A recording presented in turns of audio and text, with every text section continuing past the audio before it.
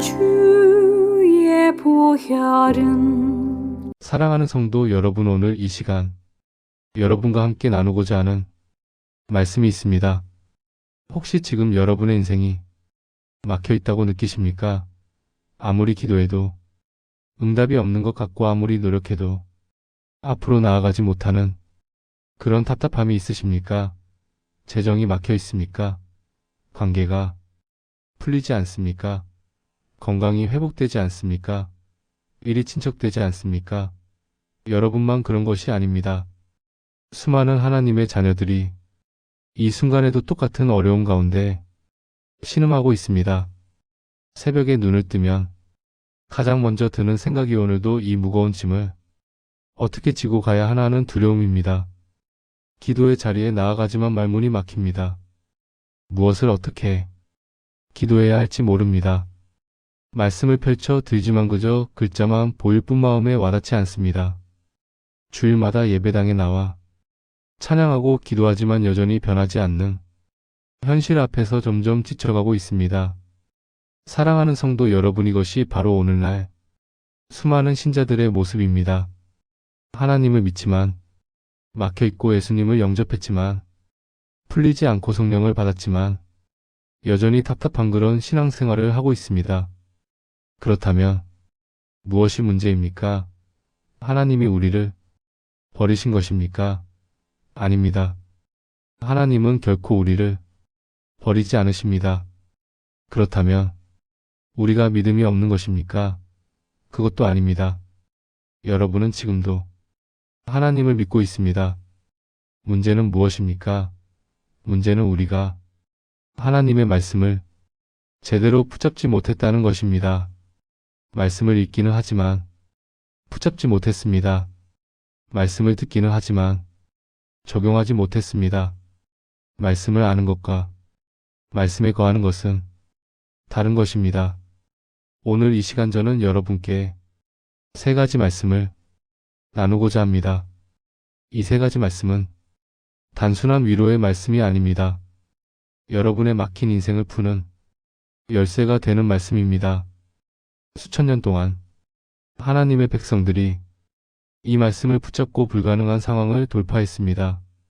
모세가 이 말씀을 붙잡았고 다윗이 이 말씀을 붙잡았으며 바울이 이 말씀을 붙잡았습니다. 그리고 그들의 삶에는 하나님의 기적이 일어났습니다. 홍해가 갈라졌고 골리앗이 쓰러졌으며 감옥 문이 열렸습니다. 똑같은 하나님께서 오늘도 살아계십니다. 히브리서 13장 8절에서 말씀하신 것처럼 예수 그리스도는 어제나 오늘이나 영원토록 동일하십니다. 그분이 모세에게 하신 일을 오늘 여러분에게도 하실 수 있습니다. 그분이 다윗에게 주신 승리를 오늘 여러분에게도 주실 수 있습니다. 혹시 이런 생각을 하고 계십니까? 저는 그들처럼 특별한 사람이 아닙니다. 저는 믿음도 약하고 기도도 잘하지 못합니다. 저는 실패가 너무 많아서 하나님께서 외면하실 것 같습니다. 사랑하는 성도 여러분, 그렇지 않습니다. 하나님은 사람을 보지 않으시고 믿음을 보십니다. 하나님은 조건을 보지 않으시고 순종을 보십니다. 야고보서 2장 5절에서 말씀하셨습니다. 내 사랑하는 형제들아, 들을지어다. 하나님이 세상에서 가난한 자를 택하사 믿음에 부유하게 하시고 또 자기를 사랑하는 자들에게 약속하신 나라를 상속으로 받게 하지 아니하셨느냐. 여러분의 능력이 중요한 것이 아닙니다. 여러분의 조건이 중요한 것이 아닙니다. 중요한 것은 여러분이 어떤 말씀을 붙잡느냐입니다. 히브리서 4장 12절을 함께 읽어보겠습니다. 하나님의 말씀은 살아있고 활력이 있어 좌우의 날선 어떤 검보다도 예리하여 온과 영감 및 관절과 골수를 찔러 쪼개기까지 하며 또 마음의 생각과 뜻을 판단하나니. 아멘. 하나님의 말씀은 살아있습니다. 지금도 역사하십니다. 지금도 일하십니다. 2000년 전에만 능력이 있었던 것이 아닙니다. 바로 오늘, 바로 이 순간 여러분의 삶 속에서도 그 말씀이 살아 움직이며 역사하십니다. 오늘 우리가 함께 나눌 세 가지 말씀은 시편 91편 로마서 8장 그리고 빌립보서 4장입니다. 이 세 말씀 속에는 하나님의 보호하심, 하나님의 승리, 하나님의 공급하심이 담겨 있습니다. 여러분이 지금 어떤 막힌 상황에 있든지 세 가지 말씀이 그 모든 것을 뚫고 돌파구를 만들어줄 것입니다. 이제 여러분의 마음을 활짝 여십시오. 귀를 기울이십시오. 성령께서 오늘 이 시간 여러분에게 말씀하실 것입니다. 그리고 이 말씀을 붙잡으십시오. 그날부터 여러분의 인생에 놀라운 변화가 시작될 것입니다. 사랑하는 성도 여러분, 이제 첫 번째 말씀, 시편 91편을 함께 나누겠습니다. 이 시편은 보호의 시편이라고 불립니다.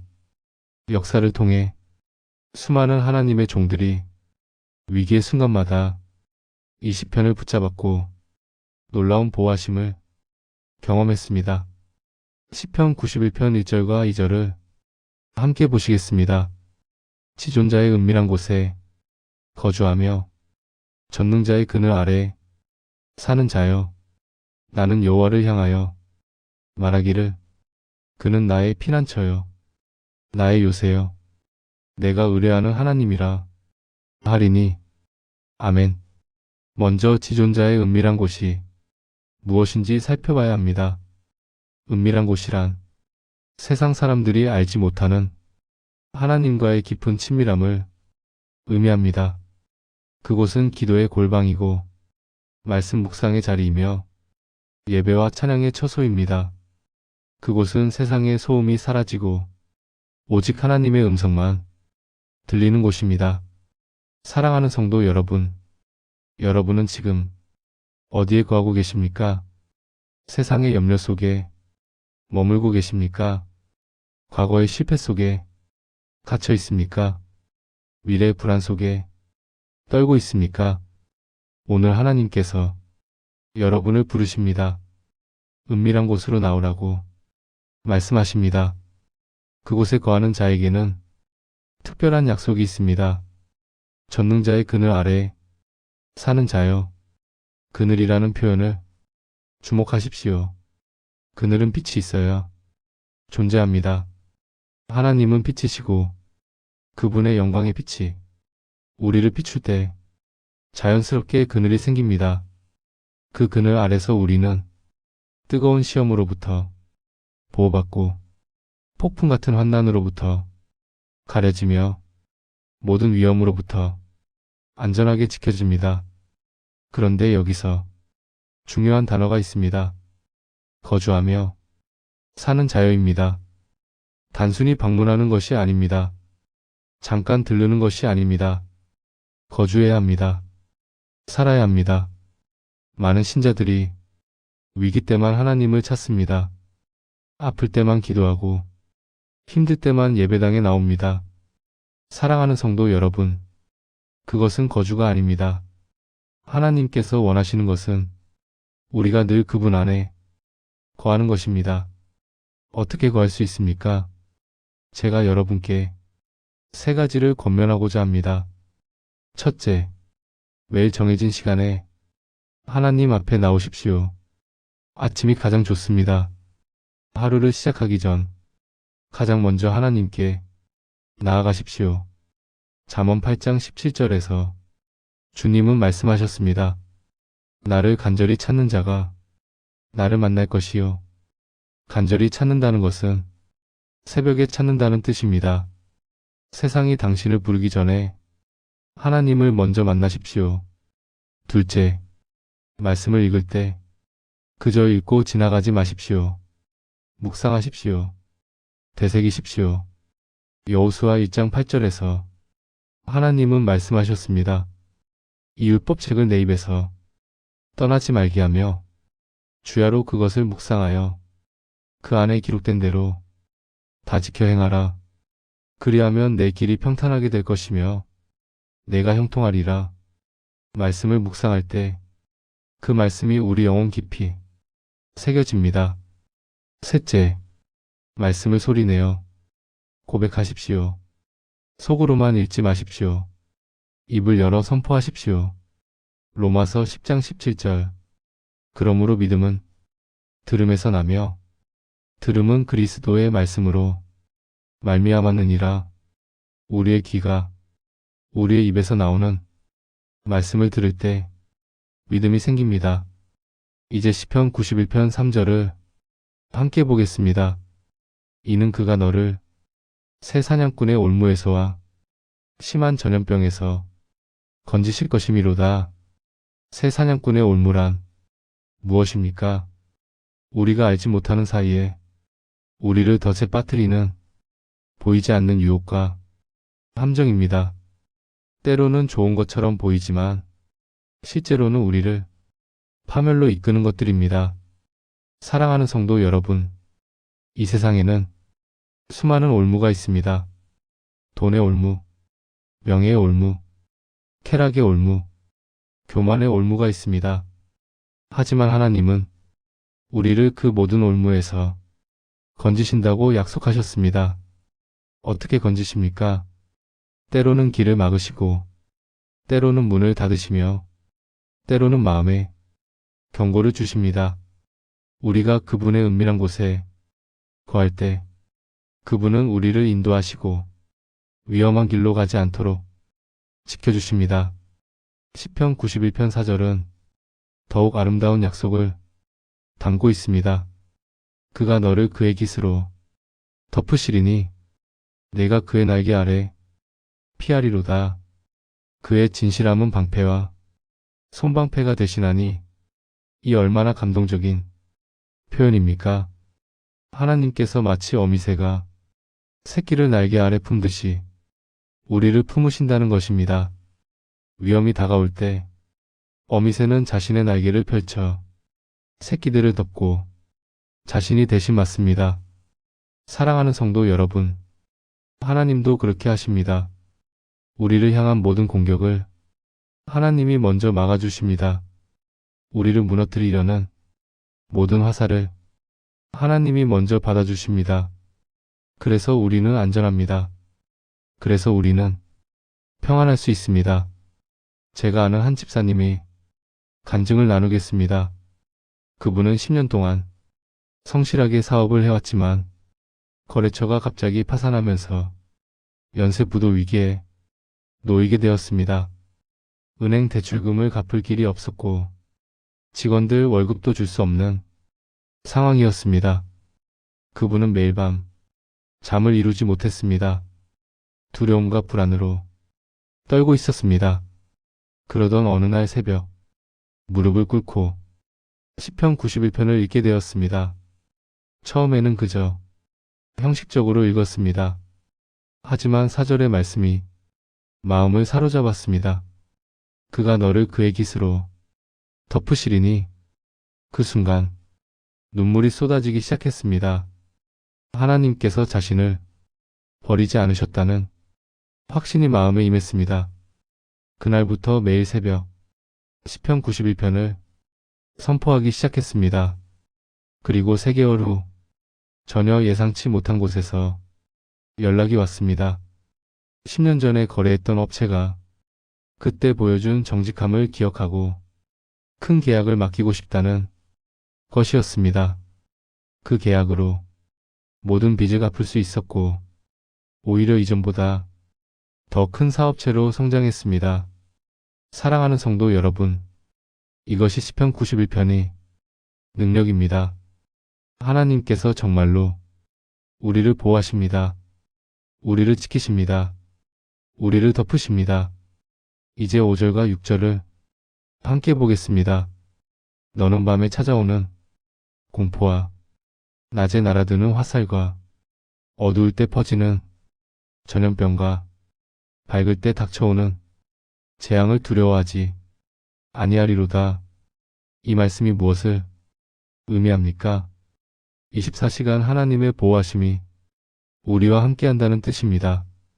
밤의 공포도, 낮의 화살도, 어두울 때의 전염병도, 밝을 때의 재앙도 하나님이 모두 막아주십니다. 언제 어디서 무엇이 다가오든 하나님은 우리를 지키십니다. 그러므로 두려워하지 마십시오. 여러분의 인생이 지금 막혀 있다고 느껴지더라도 하나님은 여러분을 보호하고 계십니다. 보이지 않는 곳에서 무수한 공격들을 막아주고 계십니다. 여러분이 알지 못하는 사이에 수많은 위험으로부터 여러분을 지켜주셨습니다. 그리고 앞으로도 지켜주실 것입니다. 지금 이 순간부터 시편 91편을 여러분의 고백으로 만드십시오. 매일 아침 일어나자마자 이 말씀을 소리내어 읽으십시오. 나는 지존자의 은밀한 곳에 거합니다. 나는 전능자의 그늘 아래 삽니다. 여호와는 나의 피난처시요 나의 요새이십니다. 나는 주를 의뢰합니다. 하나님이 나를 모든 올무에서 건지십니다. 하나님이 나를 그의 날개로 덮으십니다. 나는 어떤 공포도 두려워하지 않습니다. 왜냐하면 하나님이 나와 함께 하시기 때문입니다. 이 고백을 매일 하십시오. 그러면 여러분의 마음에 믿음이 자라날 것입니다. 그리고 그 믿음이 막혀있던 여러분의 인생의 첫 번째 돌파구를 만들어줄 것입니다.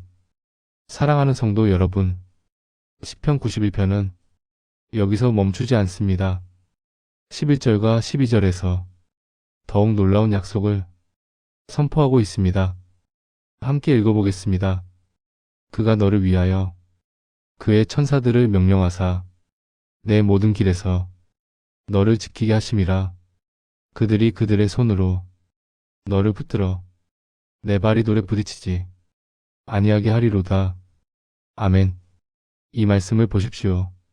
하나님께서 우리를 위해 천사들을 명령하신다는 것입니다. 천사들은 하나님의 사자들입니다. 그들은 영적인 존재이며 보이지 않는 차원에서 우리를 지키고 보호합니다. 히브리서 1장 14절에서 말씀하셨습니다.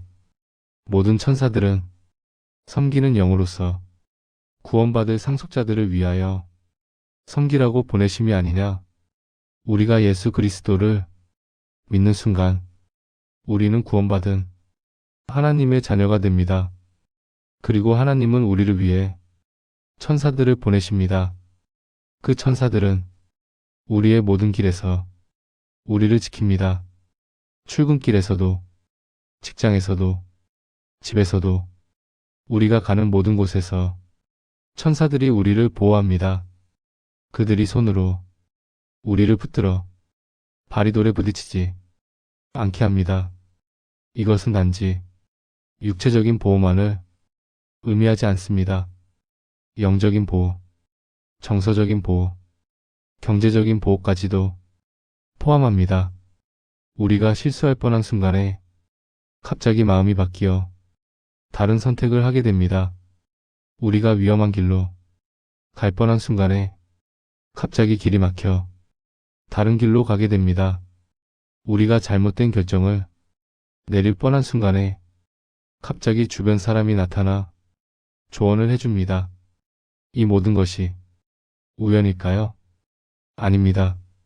하나님이 보내신 천사들이 우리를 지키고 있기 때문입니다.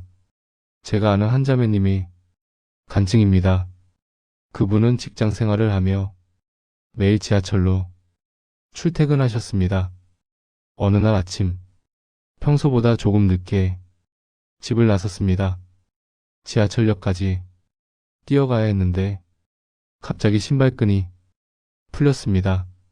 처음에는 짜증이 났지만 멈춰서서 신발끈을 묶었습니다. 그리고 다시 뛰어갔지만 그 지하철을 놓쳤습니다. 회사에 지각하게 생긴 상황이었습니다. 그런데 5분 후 충격적인 소식을 들었습니다. 그분이 타려던 그 지하철이 사고가 났다는 것입니다.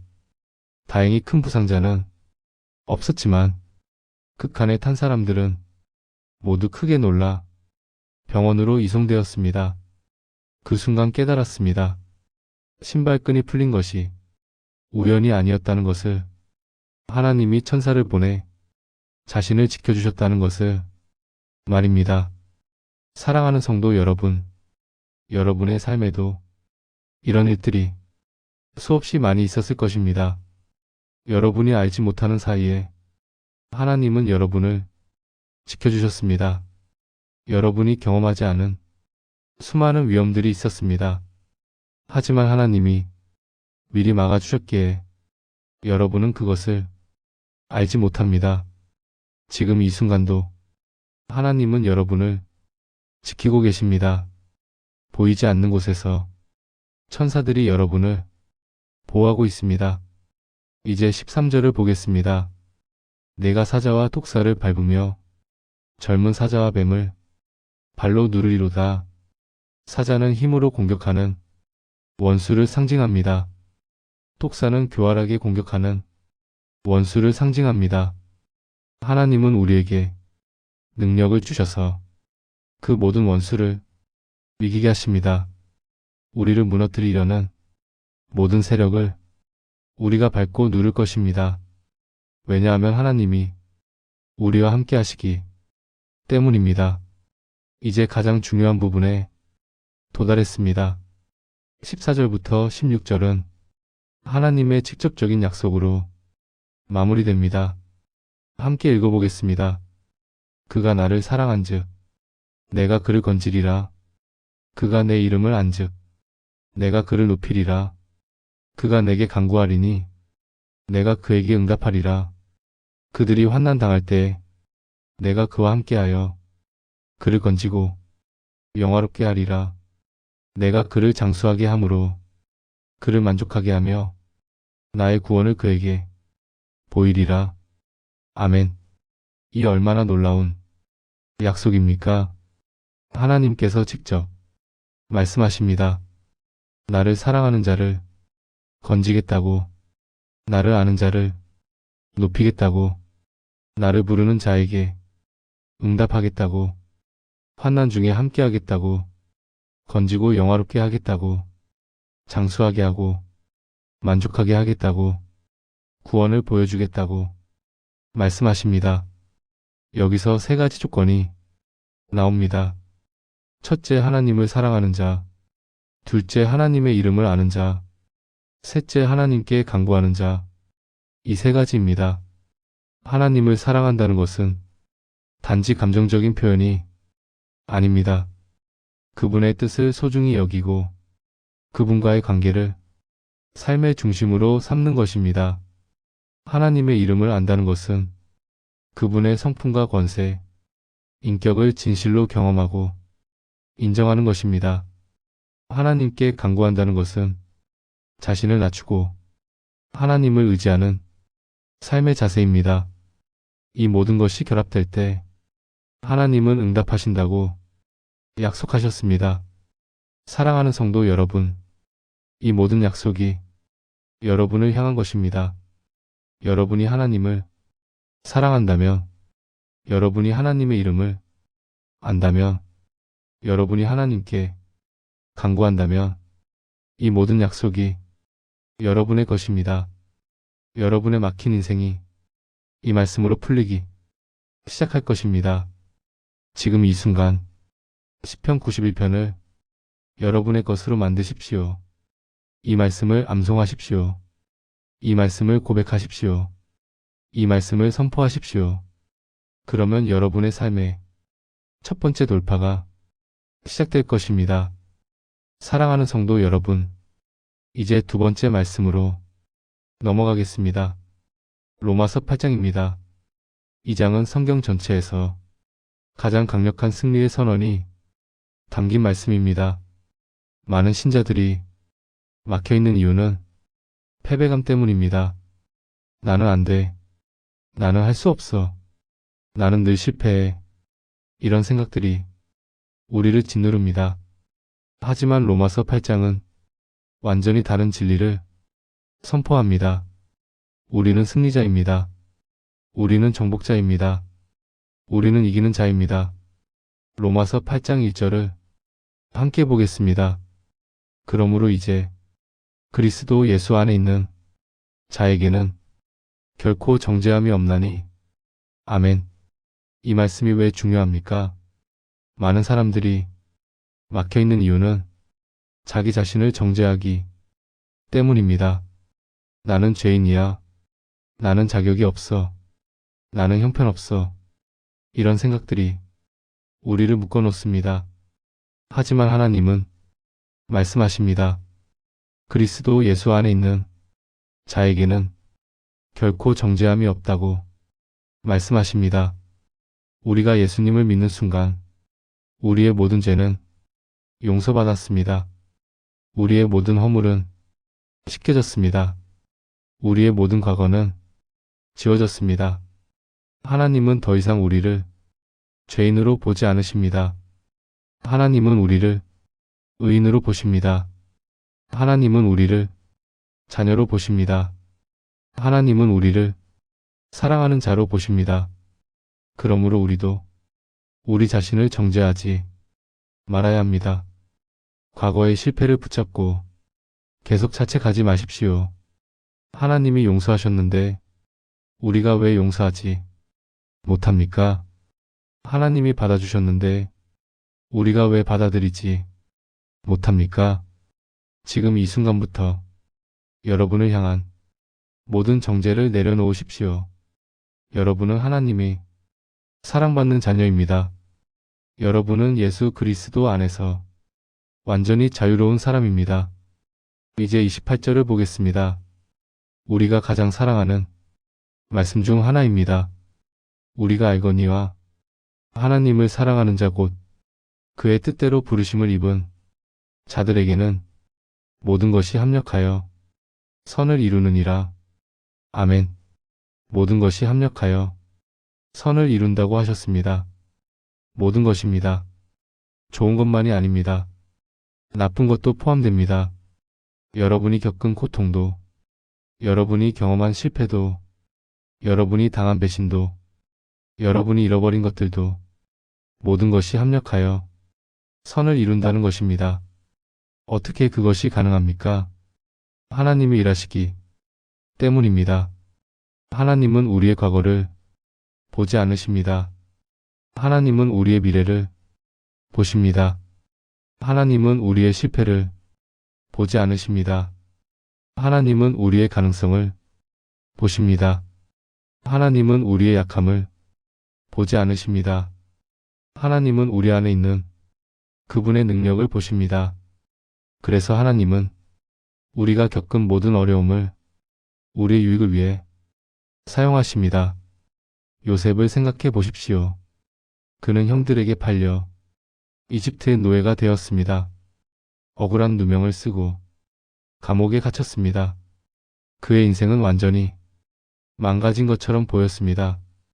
하지만 하나님은 그 모든 과정을 통해 요셉을 이집트의 총리로 세우셨습니다. 그리고 요셉은 나중에 형들에게 말했습니다. 창세기 50장 20절입니다. 당신들은 나를 해하려 하였으나 하나님은 그것을 선으로 바꾸사 오늘과 같이 많은 백성의 생명을 구원하게 하시려 하셨나니. 아멘. 여러분의 삶도 마찬가지입니다. 여러분이 겪은 고통이 여러분을 파괴하는 것이 아닙니다. 오히려 하나님은 그것을 사용하셔서 여러분을 더 강하게 만드시고 여러분을 더 높은 곳으로 인도하십니다. 제가 아는 한 권사님이 간증을 나누겠습니다. 그분은 젊은 나이에 암 진단을 받았습니다. 3기 암이었고 의사는 5년 생존율이 50%도 안 된다고 말했습니다. 그분은 절망했습니다. 아직 결혼도 하지 않았고 꿈도 많았는데 인생이 끝나는 것만 같았습니다. 하지만 그분은 로마서 8장 28절을 붙잡기로 결심했습니다. 이 암도 합력하여 선을 이룰 것이라고 믿기로 했습니다. 매일 이 말씀을 고백했습니다. 힘든 항암 치료를 받으면서도 이 말씀을 선포했습니다. 그리고 1년 후 암이 완전히 사라졌습니다. 하지만 더 놀라운 일은 그 다음이었습니다. 투병 기간 동안 블로그에 자신의 이야기를 기록했는데 그 블로그를 통해 수많은 암 환자들이 위로를 받았습니다. 그리고 그분은 암 환자들을 돕는 사역을 시작하게 되었습니다. 지금은 건강을 되찾았을 뿐만 아니라 많은 생명을 살리는 일을 하고 있습니다. 그분은 말합니다. 만약 암에 걸리지 않았다면 이 사역을 할 수 없었을 거라고. 하나님은 정말로 모든 것을 합력하여 선을 이루신다고 말씀하십니다. 이제 31절을 보겠습니다. 그런즉 이 일에 대하여 우리가 무슨 말하리요? 만일 하나님이 우리를 위하시면 누가 우리를 대적하리요? 아멘. 하나님이 우리를 위하신다는 것은 무엇을 의미합니까? 하나님이 우리 편이라는 뜻입니다. 하나님이 우리를 지지하신다는 뜻입니다. 하나님이 우리를 도우신다는 뜻입니다. 그렇다면 누가 우리를 대적할 수 있습니까? 아무도 없습니다.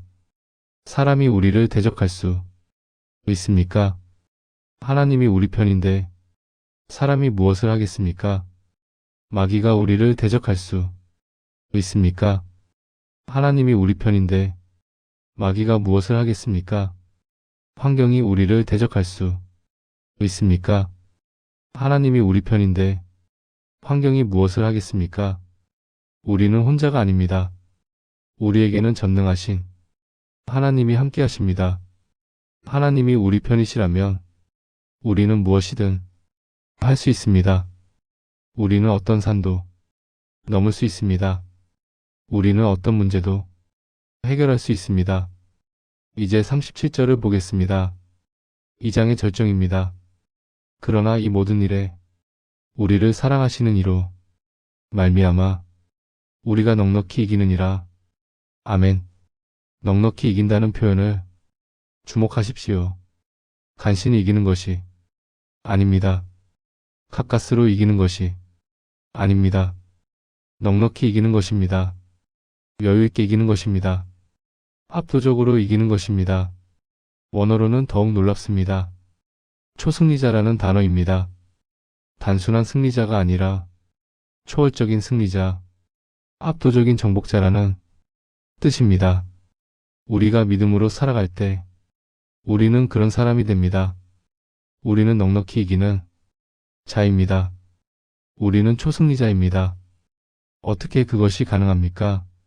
우리를 사랑하시는 이로 말미암아라고 했습니다. 우리의 힘으로가 아닙니다. 우리의 능력으로가 아닙니다. 우리를 사랑하시는 하나님의 능력으로입니다.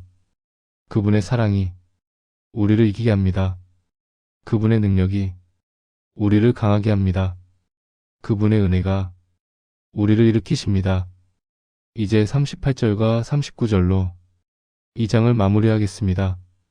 내가 확신하노니 사망이나 생명이나 천사들이나 권세자들이나 현재일이나 장래일이나 능력이나 높음이나 깊음이나 다른 어떤 피조물이라도 우리를 우리 주 그리스도 예수 안에 있는 하나님의 사랑에서 끊을 수 없으리라. 아멘. 이 얼마나 강력한 확신입니까?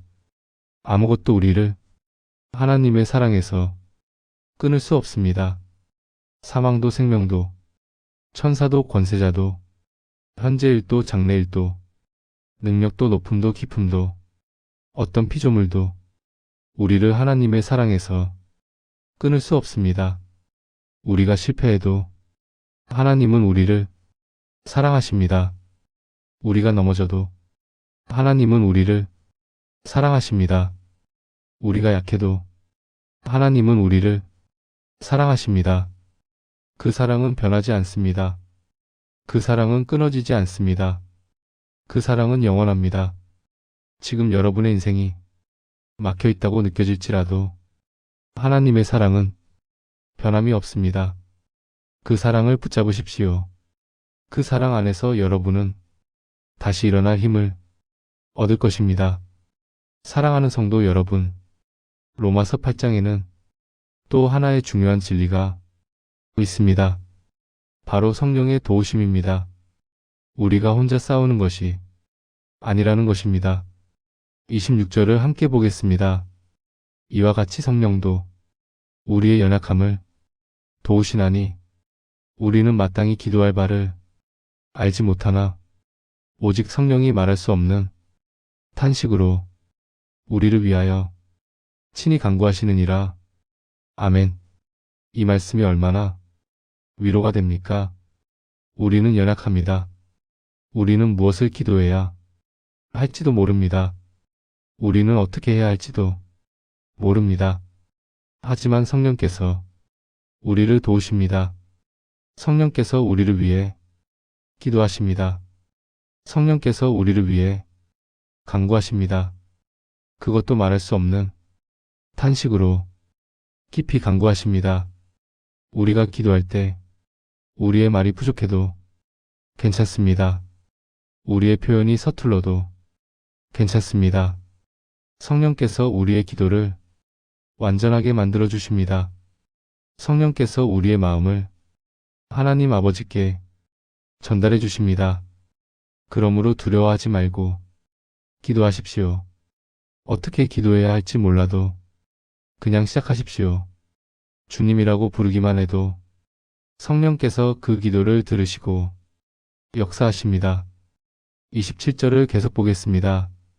마음을 살피시는 이가 성령의 생각을 아시나니 이는 성령이 하나님의 뜻대로 성도를 위하여 간구하심이니라. 아멘.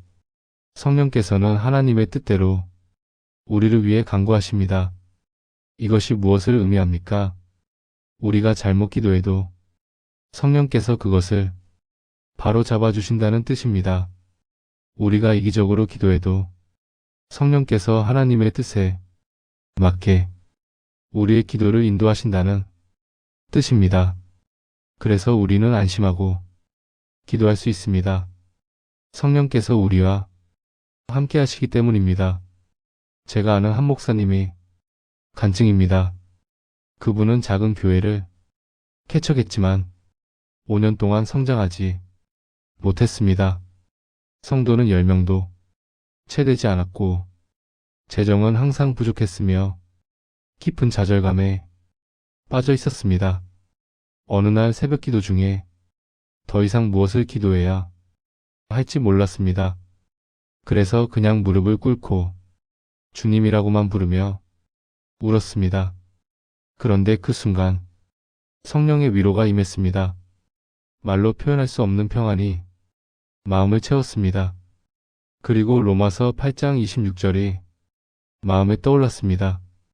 성령이 말할 수 없는 탄식으로 우리를 위하여 친히 간구하신다는 말씀이었습니다. 그분은 깨달았습니다. 자신이 완벽하게 기도하지 못해도 성령께서 자신을 위해 기도하고 계신다는 것을요. 그날부터 부담을 내려놓고 그냥 하나님 앞에 나아가기 시작했습니다. 완벽한 기도문을 준비하지 않았습니다. 그냥 마음에 있는 것을 솔직히 말씀드렸습니다. 그리고 성령께서 인도하시는 대로 기도했습니다. 놀랍게도 그때부터 교회의 변화가 일어나기 시작했습니다. 한 명씩 새 가족이 찾아왔고 6개월 만에 성도가 30명으로 늘었으며 1년 후에는 100명이 넘었습니다. 그분은 지금도 말합니다. 자신이 잘해서가 아니라 성령께서 도우셨기 때문이라고 말씀하십니다. 여러분도 마찬가지입니다. 여러분이 완벽해서 하나님이 응답하시는 것이 아닙니다. 여러분이 능력이 있어서 길이 열리는 것이 아닙니다. 성령께서 여러분을 도우시기 때문에 불가능이 가능이 됩니다. 여러분의 연약함을 부끄러워하지 마십시오. 오히려 그 연약함이 성령께서 일하실 공간입니다. 고린도후서 12장 9절에서 바울은 이렇게 고백했습니다. 내가 그리스도를 위하여 약한 것들을 기뻐하노니 이는 내가 약한 그때의 강함이니라. 아멘. 우리가 약할 때 하나님의 능력이 나타납니다.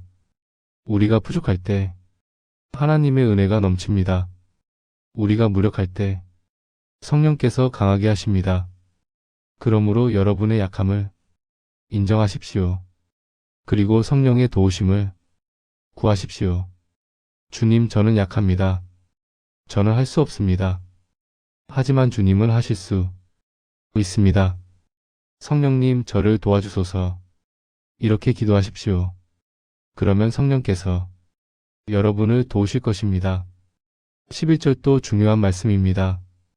예수를 죽은 자 가운데서 살리신 이의 영이 너희 안에 거하시면 그리스도 예수를 죽은 자 가운데서 살리신 이가 너희 안에 거하시는 그의 영으로 말미암아 너희 죽을 몸도 살리시리라. 아멘. 예수님을 죽은 자 가운데서 살리신 그 동일한 성령이 여러분 안에 계십니다.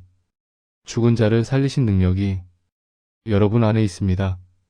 그렇다면 여러분이 죽어있던 꿈도 살아날 수 있지 않겠습니까? 여러분의 죽어있던 관계도 회복될 수 있지 않겠습니까? 여러분의 죽어있던 사업도 다시 일어날 수 있지 않겠습니까? 가능합니다. 왜냐하면 부활의 능력이 여러분 안에 있기 때문입니다.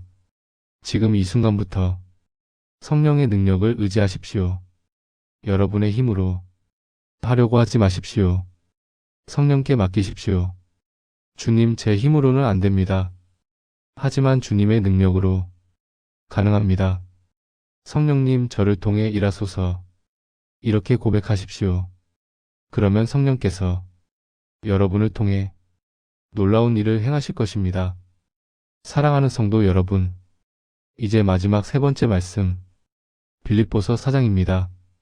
여러분의 인생이 막혔다면 그것은 종종 부족함 때문입니다. 재정이 부족하고, 능력이 부족하고, 지혜가 부족하고, 힘이 부족합니다.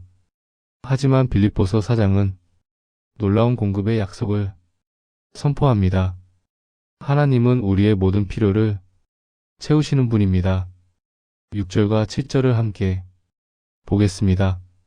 아무것도 염려하지 말고 다만 모든 일에 기도와 간구로 너희 구할 것을 감사함으로 하나님께 아뢰라. 그리하면 모든 지각에 뛰어난 하나님의 평강이 그리스도 예수 안에서 너희 마음과 생각을 지키시리라. 아멘. 이 말씀은 염려에 대한 완벽한 해답입니다. 여러분이 지금 염려하고 있습니까? 재정 때문에, 건강 때문에, 자녀 때문에, 미래 때문에 염려하고 있습니까? 하나님은 말씀하십니다. 아무것도 염려하지 말라고 하십니다. 대신 무엇을 하라고 하십니까? 기도하고 간구하며 감사함으로 하나님께 아뢰라고 하십니다. 염려는 문제를 해결하지 못합니다. 염려는 단지 우리의 에너지를 소모할 뿐입니다. 염려는 우리의 마음을 무겁게 할 뿐입니다. 하지만 기도는 다릅니다. 기도는 하나님을 움직입니다. 기도는 상황을 바꿉니다. 기도는 불가능을 가능으로 만듭니다. 그런데 여기서 중요한 것은 감사함으로 기도하라는 것입니다. 아직 응답받지 못했는데 어떻게 감사할 수 있습니까? 믿음으로 감사하는 것입니다. 하나님이 반드시 응답하실 것을 믿고 미리 감사하는 것입니다. 마가복음 11장 24절에서 예수님은 이렇게 말씀하셨습니다. 그러므로 내가 너희에게 말하노니 무엇이든지 기도하고 구하는 것은 받은 줄로 믿으라. 그리하면 너희에게 그대로 되리라. 아멘. 받은 줄로 믿으라고 하셨습니다. 아직 받지 못했어도 받은 것처럼 믿으라는 것입니다. 그리고 그렇게 믿을 때 실제로 받게 된다는 것입니다. 감사는 믿음의 표현입니다. 우리가 감사할 때 우리는 하나님을 신뢰한다는 것을 행동으로 보여주는 것입니다. 그리고 하나님은 그 믿음에 응답하십니다. 7절의 약속을 보십시오. 모든 지각에 뛰어난 하나님의 평강이 우리 마음과 생각을 지키시리라. 우리가 감사함으로 기도할 때 하나님의 평강이 임합니다. 그 평강은 모든 지각에 뛰어납니다. 이해할 수 없는 평강입니다. 설명할 수 없는 평강입니다. 상황은 여전히 어려운데 마음은 평안합니다. 문제는 아직 해결되지 않았는데 생각은 안정됩니다. 이것이 하나님이 주시는 평강입니다. 그 평강이 여러분이 마음과 생각을 지켜줍니다. 염려와 두려움이 여러분을 공격할 수 없게 됩니다. 불안과 걱정이 여러분을 무너뜨릴 수 없게 됩니다. 제가 아는 한 집사님, 가정의 간증입니다. 남편이 갑자기 사업에 실패하면서 빚이 3억이 넘게 생겼습니다. 집도 팔아야 했고 아이들 학교도 전학해야 했으며 가족 전체가 절망에 빠졌습니다. 아내는 매일 밤 울면서 하나님께 부르짖었습니다. 그러던 중 빌립보서 4장 6절을 읽게 되었습니다. 아무것도 염려하지 말고 감사함으로 하나님께 아뢰라는 말씀이었습니다. 그분은 결심했습니다. 염려하지 않고 감사하기로 말입니다. 감사할 것이 없어 보였지만 찾기 시작했습니다. 건강을 주셔서 감사합니다. 가족이 함께 있어서 감사합니다. 하나님이 살아계셔서 감사합니다. 매일 이렇게 감사하며 기도했습니다. 그러자 놀라운 일이 일어났습니다. 먼저 마음의 평안이 임했습니다. 상황은 여전히 어려웠지만 이상하게 마음은 평안했습니다. 그리고 3개월 후 남편의 옛 동료가 연락을 해왔습니다. 새로운 사업을 같이 하자는 제안이었습니다. 남편은 망설였지만 아내의 격려로 시작했고 그 사업이 성공하면서 1년 만에 모든 빚을 갚을 수 있었습니다. 지금 그 가정은 이전보다 더 안정되었을 뿐만 아니라 하나님께 더 깊이 의지하는 가정이 되었습니다. 그들은 지금도 말합니다. 그때 배운 감사의 비결이 인생을 바꿨다고 말입니다. 이제 13절을 보겠습니다. 우리가 사랑하는 말씀입니다.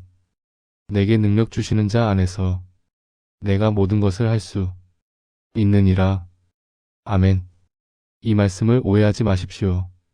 우리가 모든 것을 할 수 있다는 뜻이 아닙니다. 능력 주시는 자 안에서 모든 것을 할 수 있다는 뜻입니다. 우리의 능력이 아니라 하나님의 능력으로 가능하다는 것입니다. 우리 혼자서는 할 수 없습니다. 하지만 하나님과 함께라면 모든 것이 가능합니다. 마태복음 19장 26절에서 예수님은 말씀하셨습니다. 사람으로는 할 수 없으나 하나님으로서는 다 하실 수 있느니라. 아멘. 여러분이 지금 직면한 문제가 너무 크게 보입니까? 여러분의 능력으로는 불가능해 보입니까? 그렇다면 여러분이 해결할 필요가 없습니다. 하나님이 해결하시게 하십시오. 여러분은 그저 하나님을 의지하고 하나님의 능력을 구하면 됩니다. 이제 19절을 보겠습니다. 2장의 절정입니다. 나의 하나님이 그리스도 예수 안에서 영광 가운데 그 풍성한 대로 너희 모든 쓸 것을 채우시리라. 아멘. 이 얼마나 놀라운 약속입니까? 하나님이 우리의 모든 쓸 것을 채우신다고 하셨습니다. 모든 쓸 것입니다. 필요한 모든 것입니다.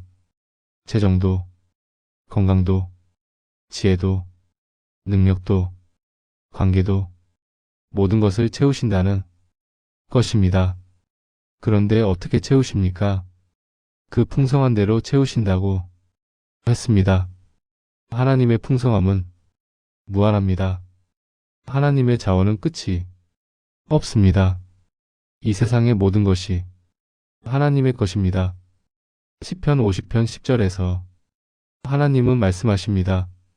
삼림의 짐승들과 천산의 가축이 다 내 것이며 아멘. 하나님은 부족하지 않으십니다. 하나님은 제한되어 있지 않으십니다. 그리고 그 무한하신 하나님이 여러분의 모든 필요를 채우시겠다고 약속하셨습니다. 여러분이 구하기만 하면 하나님은 주십니다. 여러분이 믿기만 하면 하나님은 채우십니다. 야고보서 4장 2절은 말합니다. 너희가 얻지 못함은 구하지 아니하기 때문이요. 아멘. 여러분이 받지 못하는 이유는 하나님이 주시지 않아서가 아닙니다. 여러분이 구하지 않기 때문입니다. 여러분이 믿지 않기 때문입니다. 지금부터 담대히 구하십시오. 하나님, 제가 필요한 것을 채워주소서. 이렇게 구체적으로 구하십시오. 그리고 하나님이 주실 것을 믿으십시오. 사랑하는 성도 여러분, 지금까지 우리는 세 가지 말씀을 나누었습니다. 시편 91편의 보, 로마서 8장의 승리, 빌립보서 4장의 공급입니다. 이 세 말씀은 따로 떨어져 있지 않습니다. 하나로 연결되어 있습니다. 여러분의 막힌 인생을 푸는 완전한 열쇠가 됩니다. 먼저 우리는 보호받아야 합니다. 하나님의 보호 아래 거해야 합니다. 보호받지 못하면 우리는 원수의 공격에 무너집니다. 시편 91편이 우리에게 하나님의 보호를 확신시킵니다. 그 보호 안에서 우리는 안전하게 살아갈 수 있습니다. 둘째, 우리는 승리를 확신해야 합니다. 우리가 승리자임을 알아야 합니다. 패배감에 사로잡히면 우리는 앞으로 나아갈 수 없습니다. 로마서 8장이 우리에게 승리의 확신을 줍니다. 우리는 넉넉히 이기는 자입니다. 아무것도 우리를 하나님의 사랑에서 끊을 수 없습니다. 셋째, 우리는 공급받아야 합니다. 아무리 보호받고 승리를 확신해도 필요한 것이 채워지지 않으면 우리는 나아갈 수 없습니다. 빌립보서 4장이 우리에게 공급의 약속을 줍니다. 하나님이 우리의 모든 필요를 채우실 것입니다. 이 세 가지가 하나로 연결될 때 여러분의 막힌 인생이 풀립니다. 보호받고 승리하며 공급받는 삶이 펼쳐집니다. 다윗을 생각해 보십시오. 그는 이 세 가지를 모두 경험했습니다. 그가 사울에게 쫓길 때 시편 91편과 같은 하나님의 보호를 경험했습니다. 그가 골리앗과 싸울 때 로마서 8장과 같은 승리의 확신을 가지고 있었습니다. 그가 왕이 되었을 때 빌립보서 4장과 같은 하나님의 공급을 경험했습니다. 그래서 다윗은 인생의 모든 어려움을 이기고 하나님의 마음에 합한 사람이 될 수 있었습니다. 요셉도 마찬가지입니다. 그가 애굽의 노예로 팔려갔을 때 하나님은 그를 보호하셨습니다.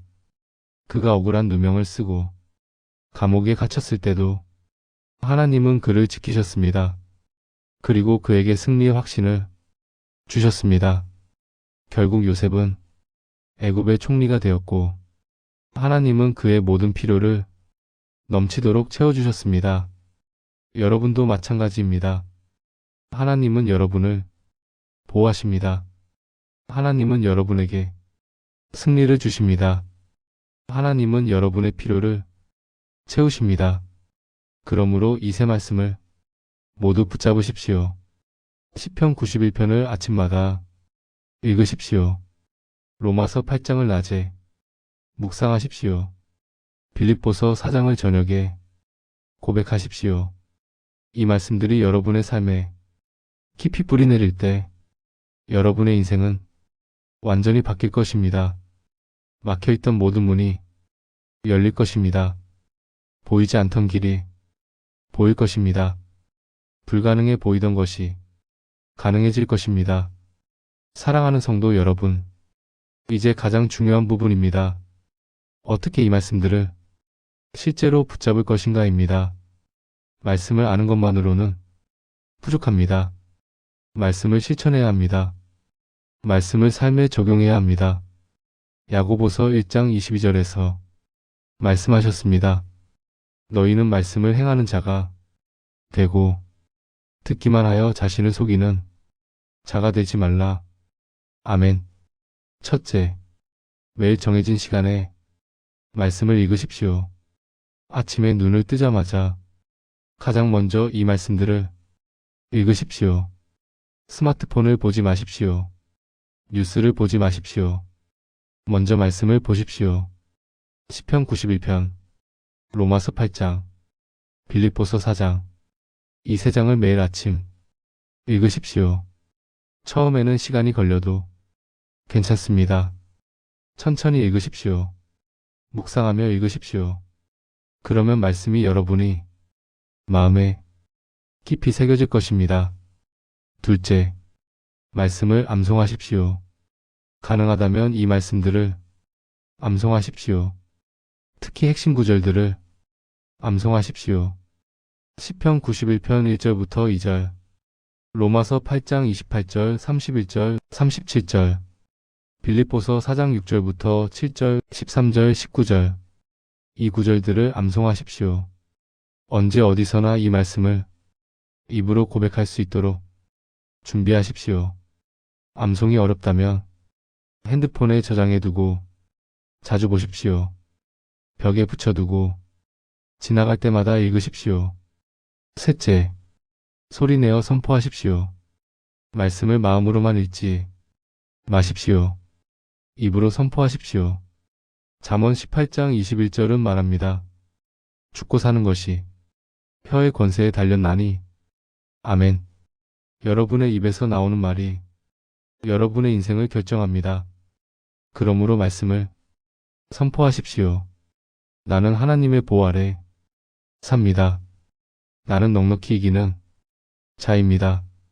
하나님이 나의 모든 필요를 채우십니다. 이렇게 소리내어 선포하십시오. 매일 아침 3번씩 선포하십시오. 그리고 어려운 순간이 올 때마다 이 말씀을 선포하십시오. 넷째, 감사함으로 고백하십시오. 말씀을 선포할 때 감사함으로 하십시오. 아직 보이지 않아도 감사하십시오. 아직 이루어지지 않았어도 감사하십시오. 하나님, 저를 보호해 주셔서 감사합니다. 하나님, 저에게 승리를 주셔서 감사합니다. 하나님, 저의 필요를 채워 주셔서 감사합니다. 이렇게 미리 감사하십시오. 그것이 믿음의 표현입니다. 다섯째, 인내하며 기다리십시오. 말씀을 붙잡았다고 해서 즉시 모든 것이 바뀌지는 않습니다. 때로는 시간이 필요합니다. 하나님의 때를 기다려야 합니다. 히브리서 10장 36절은 말합니다. 너희에게 인내가 필요함은 너희가 하나님의 뜻을 행한 후에 약속하신 것을 받기 위함이라. 아멘. 포기하지 마십시오. 계속 말씀을 붙잡으십시오. 하나님은 반드시 응답하십니다. 하나님의 때에 가장 좋은 방법으로 응답해 주실 것입니다. 제가 아는 한 집사님이 간증입니다. 그분은 사업 실패로 큰 빚을 지게 되었습니다. 매일 채권자들의 전화에 시달렸고 가정도 위기에 처했습니다. 그분은 이 세 말씀을 붙잡기로 했습니다.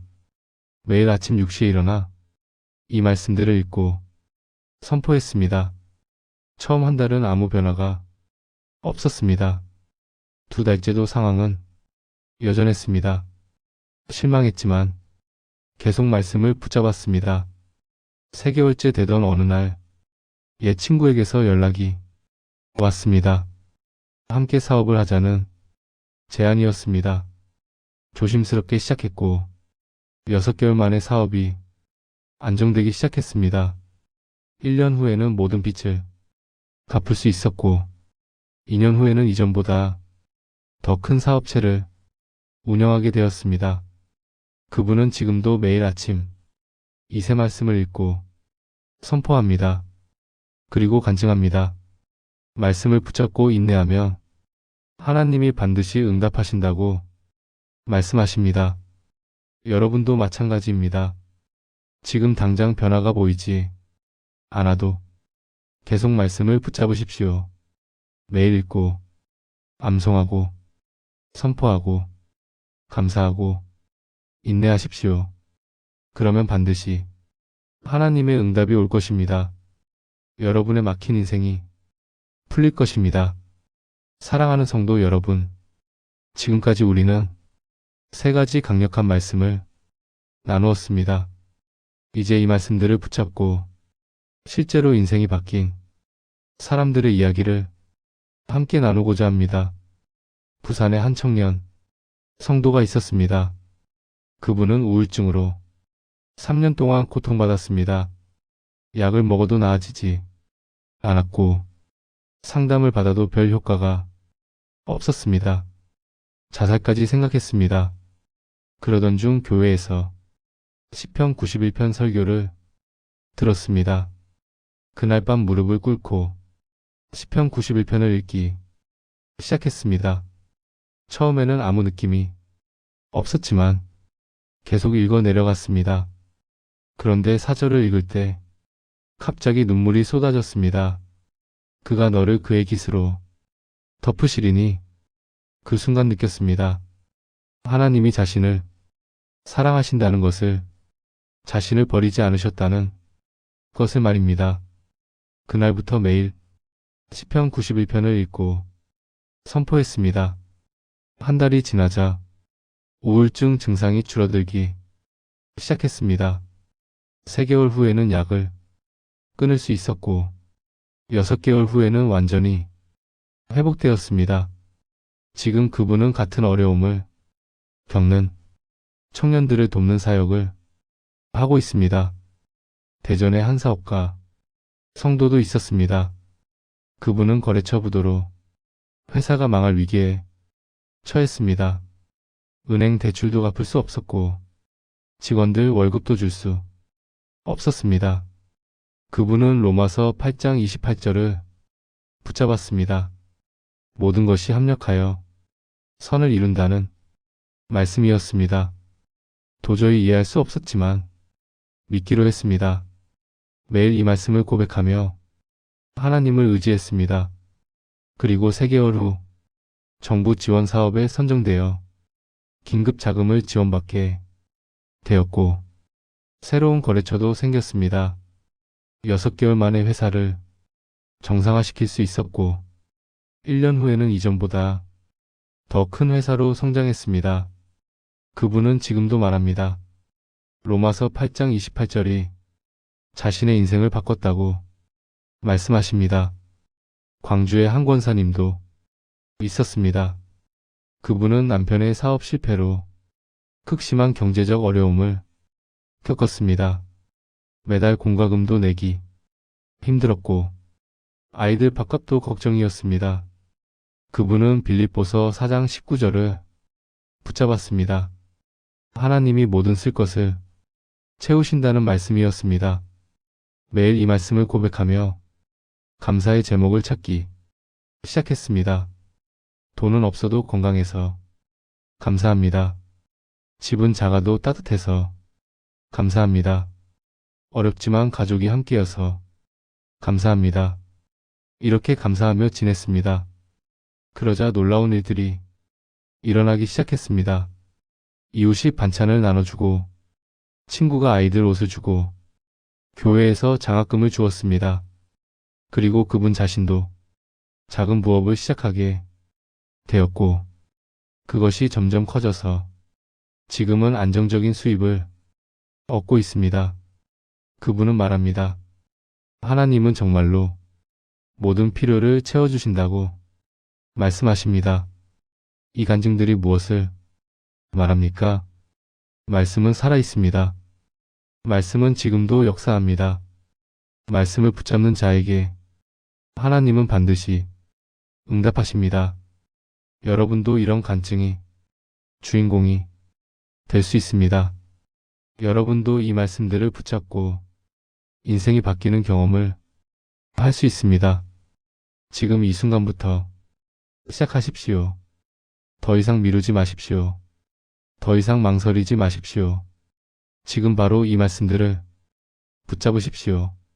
그러면 여러분의 인생에도 놀라운 변화가 시작될 것입니다. 사랑하는 성도 여러분, 지금까지 우리는 막힌 인생을 푸는 세 가지 말씀을 함께 나누었습니다. 시편 91편 마이너스 하나님의 보호, 로마서 8장 마이너스 승리의 확신, 빌립보서 4장 마이너스 공급의 약속. 이 세 말씀이 여러분의 인생을 바꿀 것입니다. 여러분이 이 말씀을 붙잡을 때 막혀있던 모든 것이 풀릴 것입니다. 보이지 않던 길이 보일 것입니다. 불가능해 보이던 것이 가능해질 것입니다. 하지만 기억하십시오. 말씀을 듣는 것만으로는 부족합니다. 야고보서 1장 22절에서 말씀하셨습니다. 너희는 말씀을 행하는 자가 되고 듣기만 하여 자신을 속이는 자가 되지 말라. 아멘. 말씀을 행해야 합니다. 말씀을 실천해야 합니다. 오늘 이 말씀을 듣고 난 후 무엇을 하시겠습니까? 그냥 좋은 말씀 들었다고 생각하고 다시 예전의 삶으로 돌아가시겠습니까? 아니면 오늘부터 새로운 인생을 시작하시겠습니까? 선택은 여러분의 것입니다. 하나님은 이미 모든 것을 준비해 두셨습니다. 말씀도 주셨고, 능력도 주셨고, 약속도 주셨습니다. 이제 필요한 것은 여러분의 결단입니다. 여러분의 순종입니다. 여러분의 믿음입니다. 오늘 이 순간 결단하십시오. 오늘부터 나는 시편 91편을 붙잡고 살겠습니다. 하나님의 보호하심을 믿겠습니다. 오늘부터 나는 로마서 8장을 붙잡고 살겠습니다. 나는 넉넉히 이기는 자임을 믿겠습니다. 오늘부터 나는 빌립보서 4장을 붙잡고 살겠습니다. 하나님이 나의 모든 필요를 채우심을 믿겠습니다. 이렇게 고백하십시오. 그리고 행동하십시오. 내일 아침 눈을 뜨자마자 이 말씀들을 읽으십시오. 매일 이 말씀들을 선포하십시오. 감사함으로 기도하십시오.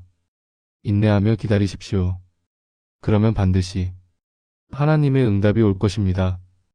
여러분의 막힌 인생이 풀릴 것입니다. 새로운 문이 열릴 것입니다. 기적이 시작될 것입니다. 히브리서 11장 6절에서 말씀하셨습니다. 믿음이 없이는 하나님을 기쁘시게 하지 못하나니 하나님께 나아가는 자는 반드시 그가 계신 것과 또한 그가 자기를 찾는 자들에게 상 주시는 이심을 믿어야 할지니라. 아멘. 하나님은 여러분을 찾는 자에게 상을 주시는 분입니다. 여러분이 하나님을 찾을 때 하나님은 반드시 응답하십니다. 여러분이 말씀을 붙잡을 때 하나님은 반드시 역사하십니다. 지금 이 순간부터 여러분의 새로운 인생이 시작됩니다. 막혀있던 모든 것이 풀리기 시작합니다. 여러분은 혼자가 아닙니다. 하나님이 여러분과 함께 하십니다. 하나님이 여러분을 보호하십니다. 하나님이 여러분에게 승리를 주십니다. 하나님이 여러분의 필요를 채우십니다. 이것을 믿으십시오. 이것을 고백하십시오. 이것을 선포하십시오. 만약 이 말씀이 여러분의 마음에 울림을 주었다면 지금 바로 댓글에 아멘이라고 남겨주십시오. 그 고백이 여러분의 믿음을 더욱 강하게 만들 것입니다. 그리고 이 영상이 도움이 되었다면 구독과 좋아요를 눌러주십시오. 여러분의 한 번의 클릭이 더 많은 사람들에게 이 말씀을 전하는 통로가 됩니다. 혹시 주변에 지금 막힌 상황이 있는 분이 계십니까? 이 영상을 공유해 주십시오. 여러분의 나눔이 누군가의 인생을 바꿀 수 있습니다. 마지막으로 여러분을 축복합니다. 하나님의 보호하심이 여러분과 함께 하시기를 축복합니다. 하나님의 승리가 여러분의 삶에 임하기를 축복합니다. 하나님의 풍성한 공급이 여러분의 모든 필요를 채우시기를 축복합니다. 여러분의 막힌 인생이 오늘부터 풀리기 시작할 것입니다. 기적이 시작될 것입니다. 새로운 문이 열릴 것입니다. 주님의 이름으로 축복합니다. 아멘.